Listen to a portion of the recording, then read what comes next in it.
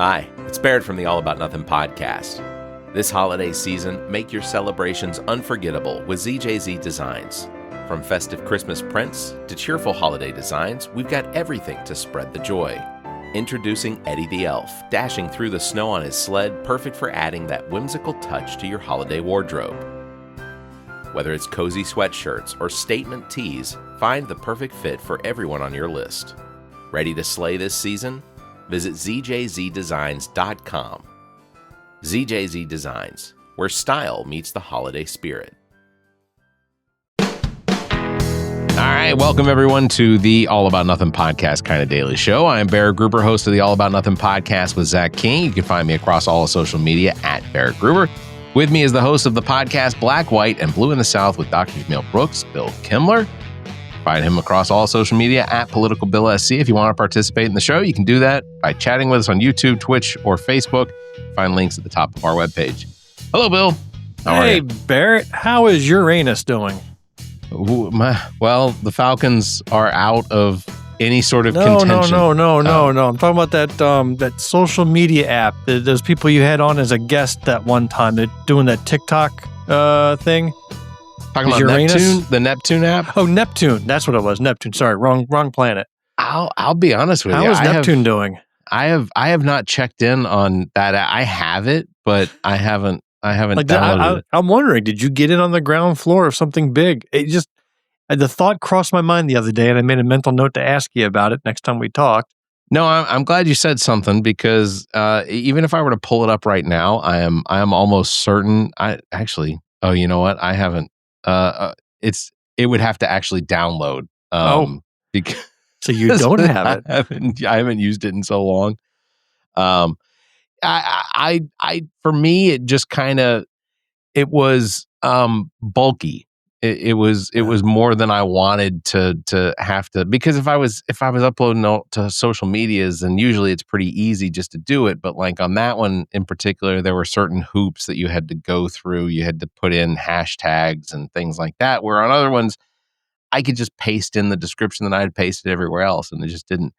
It wasn't. Well, I mean, they had like a team of 3. It was like the CEO and a marketing person, and then some contractor overseas they hired to do the development. And I was like, all right, the 3 of them are going to take on TikTok. I was like, all right, you go, girl, go for it. I am still friends with Chris. He is an exceptional CTO. Actually, I think he may right now be the CEO. Ashley stepped aside. And there was a bit of a shakeup, as far as I know. I don't know. So they lost half their workforce. Yeah.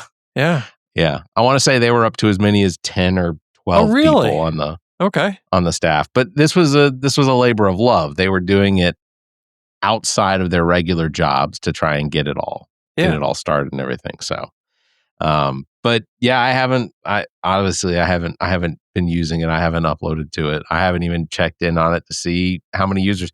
In fact, I was about to see, so it did just finish downloading. So I can tell you which user I was or is on the Neptune app. Were you Biden69? Was that your handle? I am user number 205. Oh. I have 70 followers and I'm following 26. So remember when websites used to have counters, like you were the 100th visitor to this website? I remember my first sites back in the 90s, and I was so proud when I crossed the 100 visitors mark. I will occasionally go out and check the analytics on the allaboutnothing.com just to see how many, monthly clicks we get. And it's usually in the 75 to 8,000 range, 7,500 to 8,000 range. That's not per month. That's not bad. I could never look because I would get too depressed. Like, I know what my download numbers are for Black, White, Blue in the South, but it's depressing. Oh, I think you guys do great. No, I know the numbers. They're terrible. Well, all right. Well, regardless. For the quality that we put out, the numbers need to be 10 times higher than what they were. Bring the bar down. Bring the bar down. Maybe I'm going to have to. We're actually recording tomorrow afternoon. Oh, I wanted to ask you. Are you free tomorrow between the hours of 2 and 3? Sure. I can make myself free. For a short phone call. I can make myself free. Yeah, absolutely. So Jamil and I are recording tomorrow afternoon. Okay. And I've got kind of a surprise segment that she doesn't know about. What I've got is a list She's not going to hear about it here. No, she won't. That's why I'm asking you right now. Like, this is just you and I are talking. Nobody else is here. Quit paying attention. Yeah. So what I wanted to do was I have a list of people that I've got lined up to call while we're recording the episode. Okay. And really, you pop us a topic to talk about. Like, you bring up any issue or topic you want, just like what we do here in this show. Oh. Neither myself nor Jamil know what you're going to ask. Okay. But you just bring up a topic, we'll riff for 5 minutes, and then I move on to the next person to call. That sounds like fun. Yeah. That sounds like fun. Never done this before, but I figured I'd shake it up. She thinks that we have an agenda. Normally we have our topics we're going to hit, but instead I'm just going to, this is our last episode for the year. Yeah. So I'm going to blow the door wide open and let it be caller selected topics. Okay. That sounds like fun. All right. I'll text you tomorrow with a more specific time when you can expect a call from me. That'll work. So, it is special election time here in District 88 to fill the seat. Colonel Chuck Hightower is the Democratic candidate. It was a good episode you had with him. Well, thank you. I appreciate it. I got to tell you, you're right. He is what I would want in an elected official. Yeah. He is smart. He is serving. He is a leader. He's proven. He's everything you want. But honestly, what he's not is a dynamic candidate. That's just a terrible shame. Like, he didn't crack one joke the entire time, right? No. He doesn't have a sense of humor. He didn't have interesting stories to tell. What he said was like a trained military professional. That's what he was. No nonsense. Yeah. He was very cordial. He wasn't mean. He wasn't cold-hearted. He was just, you asked a question, here's the answer. I'm going to answer it clearly and with great ideas. And yes, he serves. Best representative Lexington will ever have had, no doubt. I think it's been fun getting to know him. I have told several people he reminds me a lot of my godfather who passed away about 1.5 years ago, and he is a very pleasant individual. I feel like he has the potential of swinging voters his direction.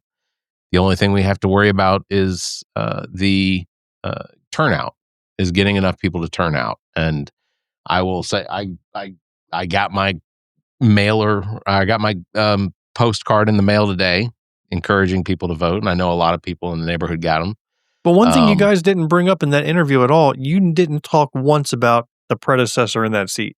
Yeah, and that was by choice. And to me, that's such a slam dunk to talk about. Why wouldn't you talk about that? So that was part of his strategy. Is that that isn't something that he wants to do because he thinks that would potentially turn away. And I've seen it. I mean, I've seen Katrina Shealy has posted things on her Facebook that I ultimately have responded to things on her Facebook from people that are responding to her about.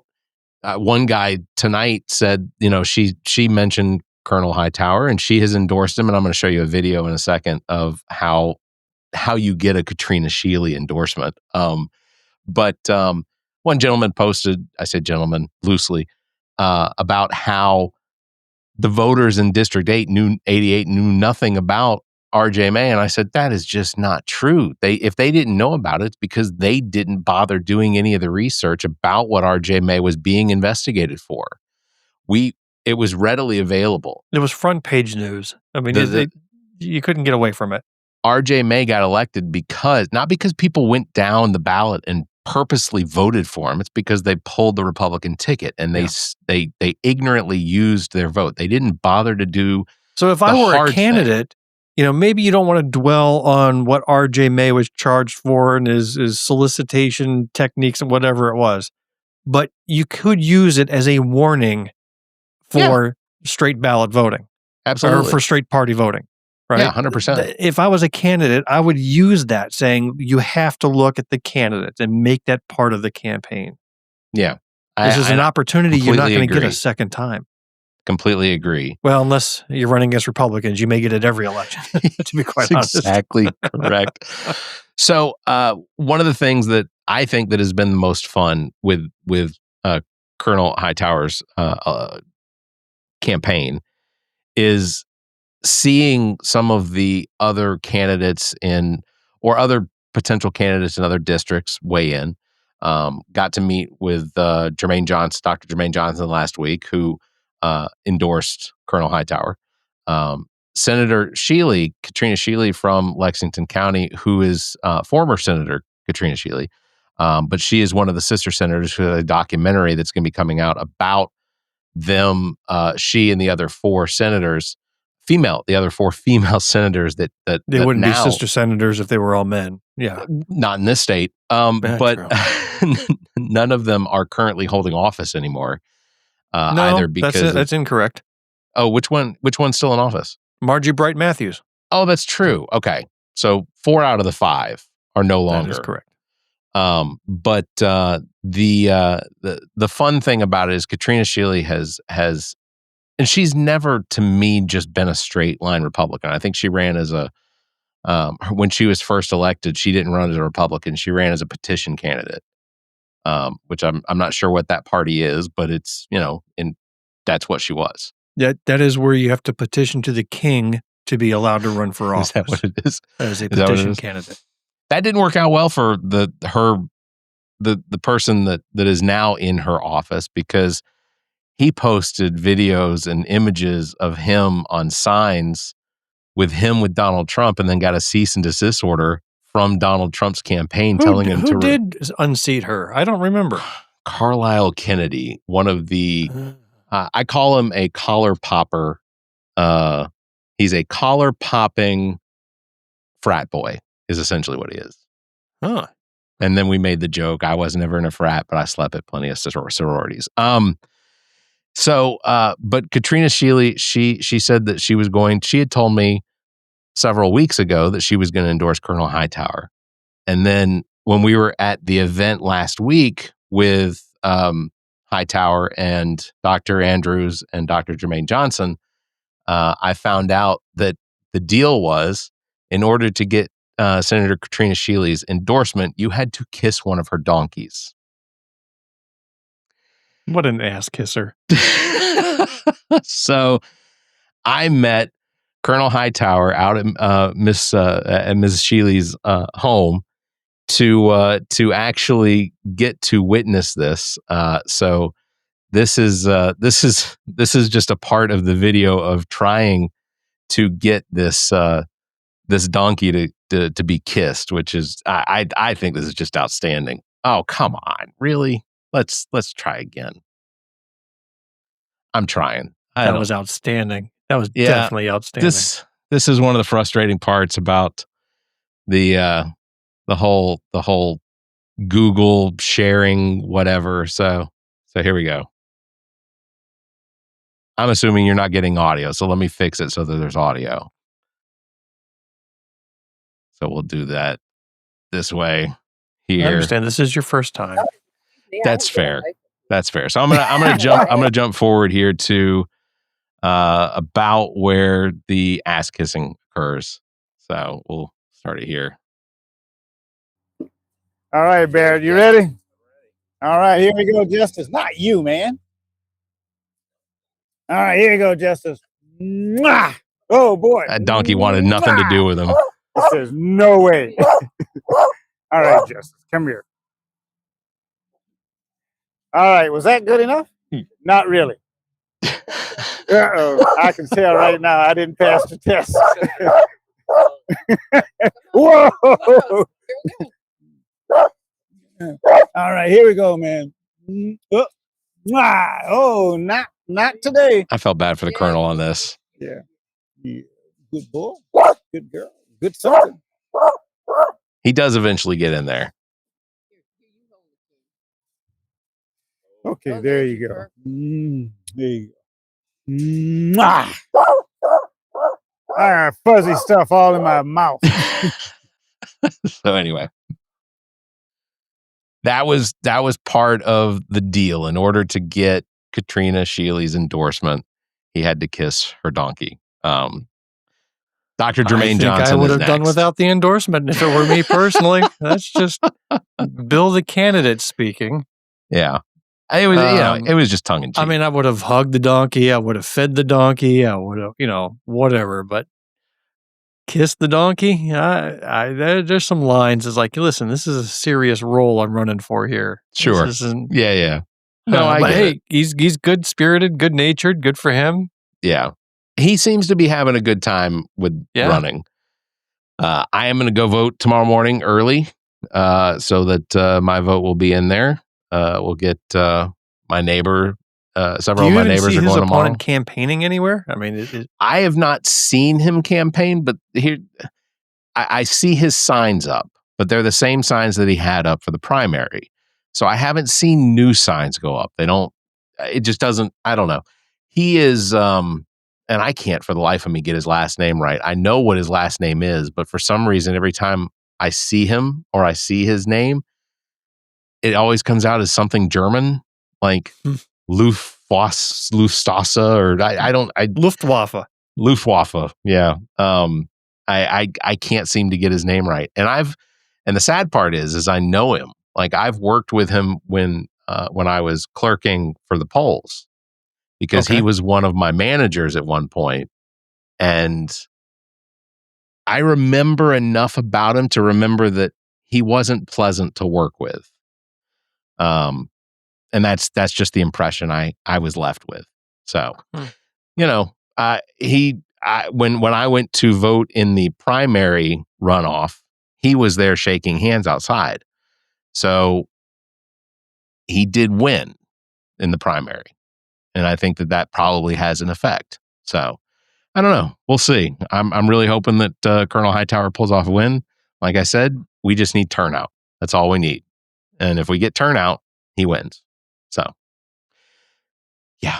I had some other videos I wanted to play tonight if you wanted to sit through a couple of them.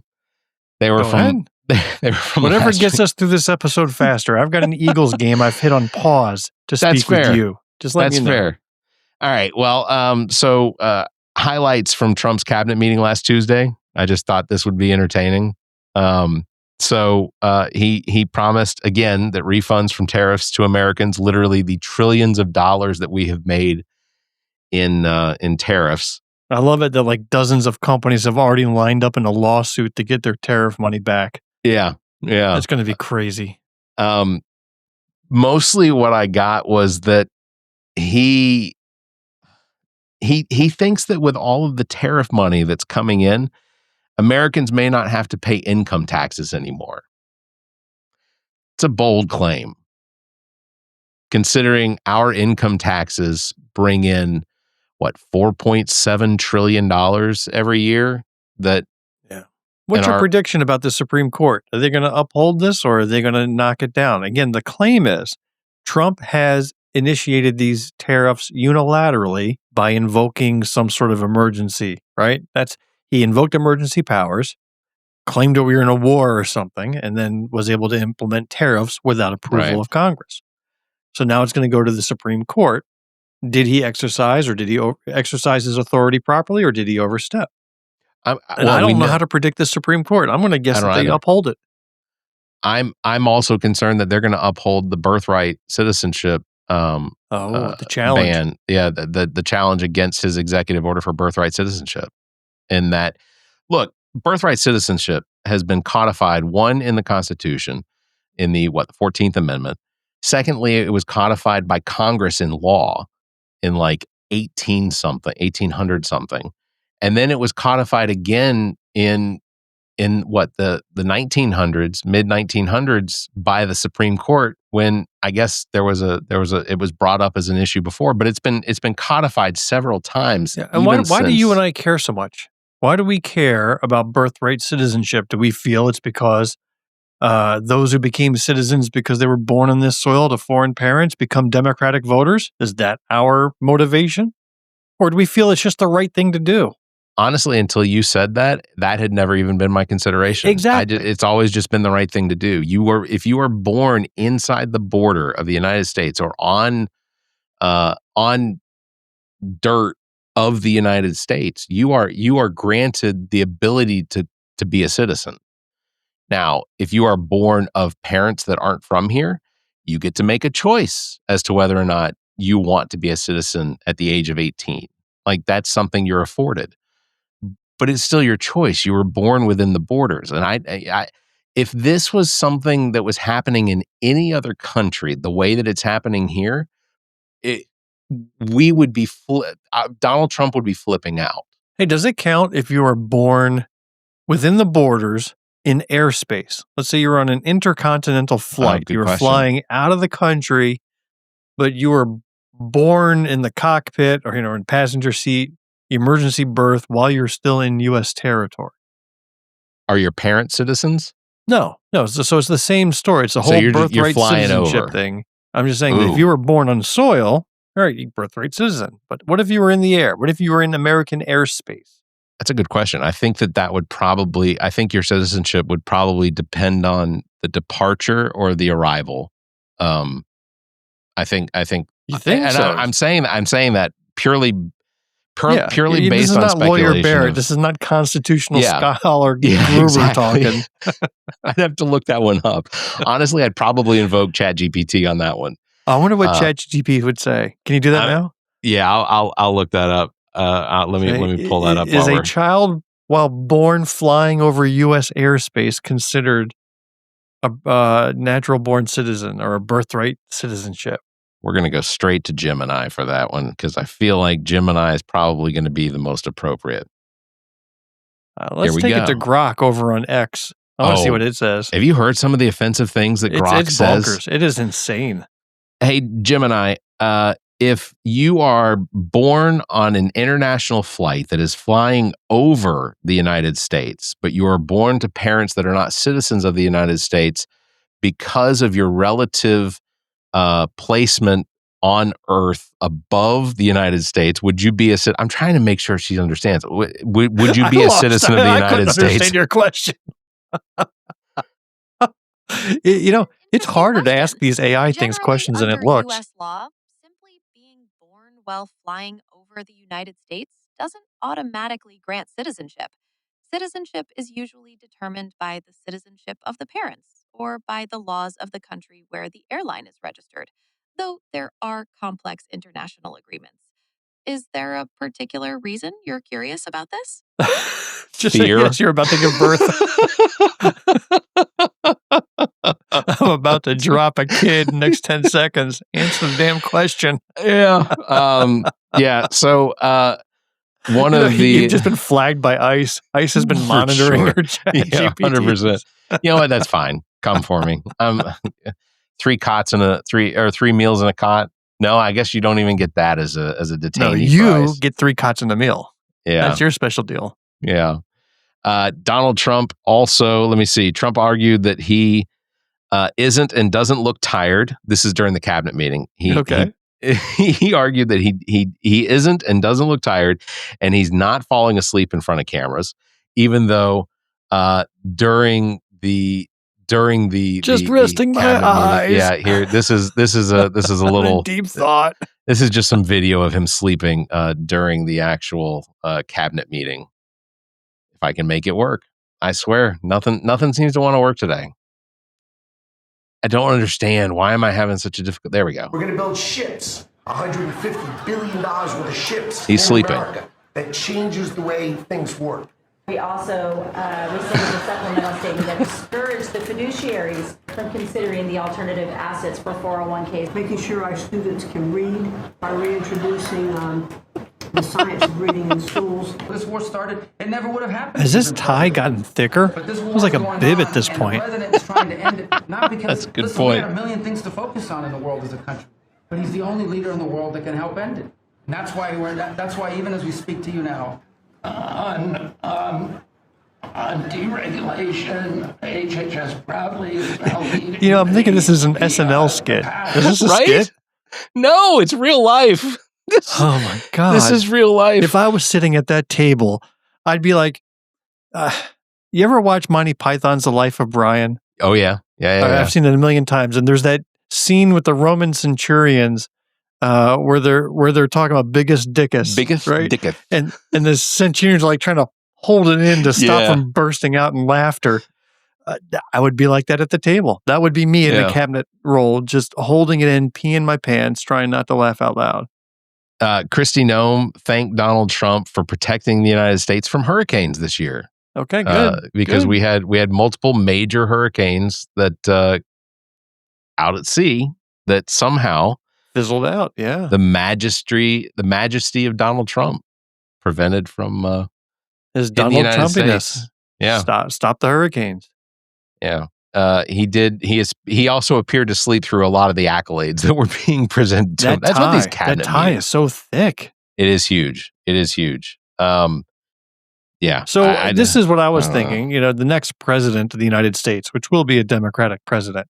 You know how Trump has spent his entire term so far mocking, insulting, denigrating Biden and the previous president, right? And went even so far as to put the photo of the auto pen in place of Trump's portrait in the hall. So I would love the next president to come in, you know, put Biden's portrait up where it belongs. And then in Trump's portrait, it would be Sleepy Don. It'd be a picture of him sleeping at a cabinet meeting. Like I would want the next president not to be above the pettiness. Yeah. I want that pettiness served right back and dare Republicans to complain about it. I would dare them to issue a peep about Sleepy Don being up there in the Hall of Presidents. You know, it's also interesting related to. So, did you see the 60 Minutes interview with Marjorie Taylor Greene? No, I mean I've seen a clip here and there, but not interested enough to listen to what that dingbat has to say. Agreed. But it is. I want to say that it's interesting how she has, I guess, pulled away from the whole MAGA movement, but then she seems to allude that she's going to come back. Like this is a hiccup in her potential political career. Now I know she's not running for governor. I know she's no longer running for Senate. She's dropped her seat and she'll be out of office by January 5th. But in the wake of all of that, it sounds like there's potential. So we know. So I think when the House comes back into session, there's talk of there potentially being 20 or so Republicans that are going to sign on to an impeachment of Donald Trump. Like there's enough momentum that there may be another impeachment of Donald Trump, a third impeachment. It doesn't matter. We already saw what happened in the last impeachment. So you get the Senate, who's all in line, not a spine found among them. Yeah. It's performative. Yeah. You know what, though? To have Donald Trump be the president that's been impeached 3 times, and I believe that in 2026, 2027, when the Democrats take over the House again, we'll have nothing but impeachments. I think we've got the most bankruptcies that we've had in 15 years occur this year. Yeah. Small businesses are collapsing. It's a disaster and a train wreck that was foretold by everybody, and they still went and pulled that line for some reason. I don't know, but America's got to learn. I don't know how else to do it. We tried to protect the country from this, and they said, nah. We will we'll wrap up tonight's episode on some good news. Jimmy Kimmel's contract has been extended for another year. I heard it was 100 years extended. As well, I mean, if for Disney, as long as he lives, they want him to be around when Disney's head really gets just, reanimated. Extended 1 year. I thought contracts are like 3-5 years. Sometimes 3-5 years, but I think ultimately, I said this when he got suspended back in September or whenever it was. I said this. He's been doing the show since 2003. Ultimately, he's got to be thinking about either retirement or what's next. Because think about another contract negotiation that must be underway. You've got Howard Stern, whose contract is up this month. Yeah. He's done. Is it going to get renewed over at SiriusXM or no? I believe that SiriusXM is probably doing everything they possibly can to try and keep Howard Stern on. But he's 70 years old, right? I mean, he's over 70. Well over 70, 71, something like that. But like, ultimately, Howard Stern has got to be thinking about, why do I want to keep doing this? Like, what's... Like, I would have figured if he had made his decision to retire then the last 3 months would have been his farewell tour. Agreed. It would have been a big bash leading up to his last episode ever. One thing I did not anticipate is him going out in a quiet whimper. Agreed. But it seems like that may be the case. I think that the likelihood is that it's not going to be a full 5-year term. I think that he is coming. I think he will come back. I think Howard Stern will come back, but it will be for like the same sort of thing with Jimmy Kimmel, a 1 year, or even Jon Stewart. Into next year, like they'll do it to next year. And then next year they'll decide. Essentially, I think what they're doing is they're just leaving it up to Howard Stern or Jon Stewart or whoever as to how long they want to continue doing it.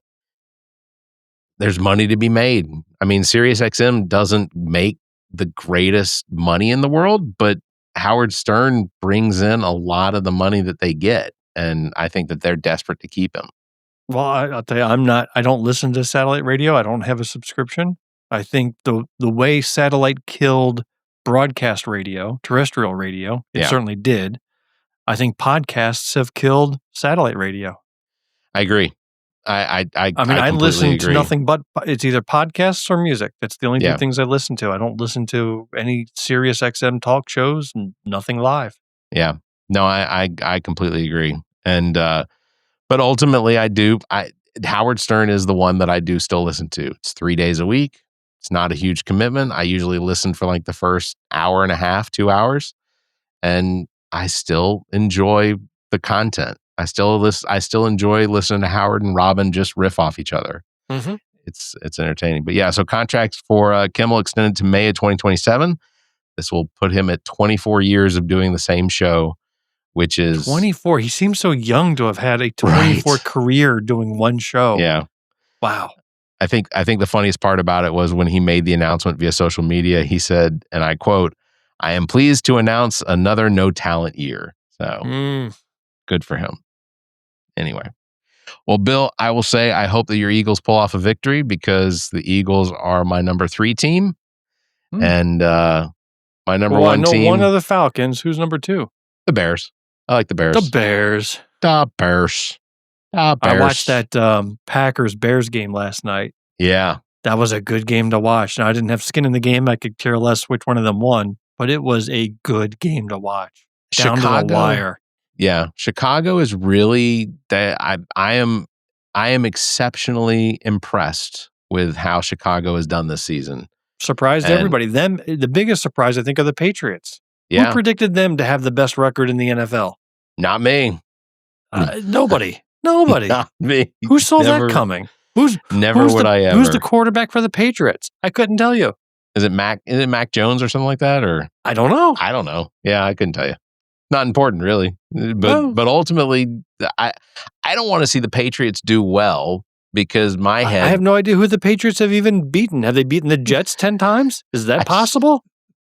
That would be exceptional because the Falcons couldn't beat them once. Maybe they beat the Jets twice, the Browns twice, or the Raiders twice. You know, maybe they just beat all these loser teams, and that's how they got to 10 wins.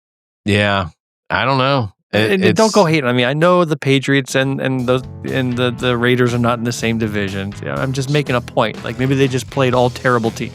Well, good on you, because I would have been perfectly fine with the world thinking that I thought that. That's why I like talking to you, Barrett. You make me feel smart. Well, on that bombshell, we'll wrap it up. It's going to do it for this episode. Big thanks for everybody watching. Thanks for listening. Don't forget you can follow Bill at PoliticalBillSC and myself at Barrett Gruber. Thanks for liking and hitting the bell. And if you can, give us a 5-star review and a like and leave a comment. Until next time, you all stay safe, be kind, and keep your hands to yourself. I don't really make you feel smarter, right? I had some science news in here I was going to throw in too. The preceding podcast is a product of Big Media, LLC, and is copyright 2025, all rights reserved.